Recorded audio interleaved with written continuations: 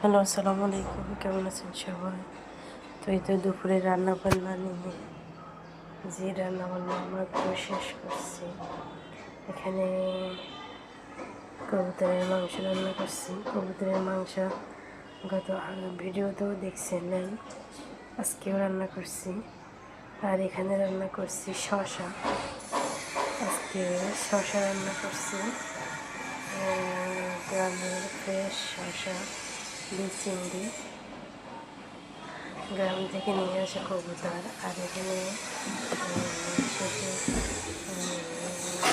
শ্বশুরের ঘেরের মাছ ছোটো হচ্ছে। এখানে যে তেলাপিয়া মাছ, দেশি তেলাপিয়া, মানে চাষের না। তো এটা ফ্রাই করে খেতে আমার কিন্তু খুব ভালো লাগে। এমনি রান্না করে ঝোল রান্না করে খেতে ভালো লাগে না।